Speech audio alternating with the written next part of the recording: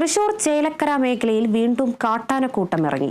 പഴയന്നൂർ പഞ്ചായത്തിലെ 13-ാം വാർഡിലിറങ്ങിയ കാട്ടാനക്കൂട്ടം വ്യാപകമായും കൃഷി നശിപ്പിച്ചു. ആനകളെ തുരത്താനും ജനങ്ങളുടെ ഭീതി അകറ്റാനും എംപിയുടെ നേതൃത്വത്തിൽ വടക്കാഞ്ചേരിയിൽ അവലോകന യോഗം നടന്നുകൊണ്ടിരിക്കെയാണ് വീണ്ടും കാട്ടാനക്കൂട്ടം ഇറങ്ങിയത്.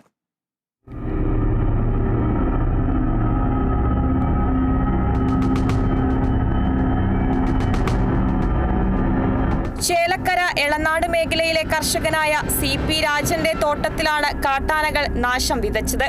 ഓണവിപണി ലക്ഷ്യമിട്ട് കൃഷി ചെയ്ത 50ഓളം നേന്ത്രവാഴകൾ കാട്ടാനകൾ നശിപ്പിച്ചു. കുലച്ചു നിന്ന വാഴകൾ നശിച്ചതോടെ 25,000 രൂപയുടെ നഷ്ടമാണ് കർഷകന് ഉണ്ടായത്.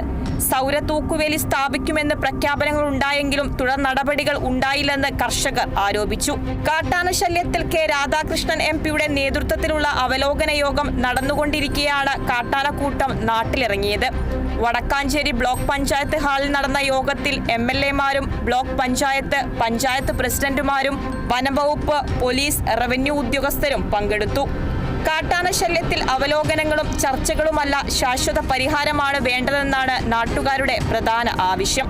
17ഓളം കാട്ടാനകളെ ഉൾക്കൊള്ളാൻ പര്യാപ്തമായ ഉൾക്കാടുകളില്ലാത്ത വനമേഖലയാണ് മച്ചാട് മലനിരകൾ. അതിനാൽ തന്നെ ജനവാസ മേഖലയെ സംരക്ഷിക്കുന്നതിനായി പ്രശ്നക്കാരായ വാഴക്കൊമ്പനെ പോലുള്ള കാട്ടാനകളെ മയക്കുവെടി വെച്ച് പിടികൂടി ഉൾക്കാട്ടിലേക്ക് മാറ്റണമെന്നാണ് നാട്ടുകാരുടെ ആവശ്യം.